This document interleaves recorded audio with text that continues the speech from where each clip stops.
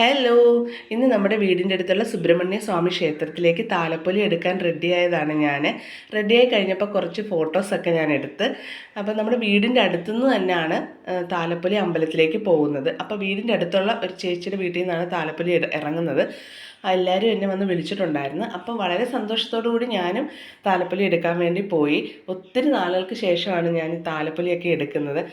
താലപ്പൊലിയിൽ ദീപമൊക്കെ കത്തിച്ചിട്ട് നമ്മൾ ആ വീട്ടിൽ നിന്ന് അമ്പലം വരെ ഇത് കൊണ്ടുപോകണം. വലിയ ദൂരമൊന്നും ഇല്ലായിരുന്നു, കുറച്ച് ദൂരമേ ഉള്ളായിരുന്നു. എങ്കിലും ഞങ്ങളെല്ലാവരും കൂടെ താലപ്പൊലിയൊക്കെ എടുത്ത് അമ്പലത്തിലേക്ക് പോയി. അപ്പോൾ അത് കാണാൻ തന്നെ ഒരു ഐശ്വര്യമായിരുന്നു. കുറേ നാളുകൾക്ക് ശേഷം താലപ്പൊലി എടുക്കുന്ന സന്തോഷം എനിക്കുണ്ടായിരുന്നു. അപ്പം ഞങ്ങൾ ഈ താലപ്പൊലിയൊക്കെ കൊണ്ടുവന്ന് അമ്പലത്തിന് ചുറ്റും വലം വെച്ചിട്ട് നമ്മൾ താലപ്പൊലി അവിടെ ഏൽപ്പിക്കണം.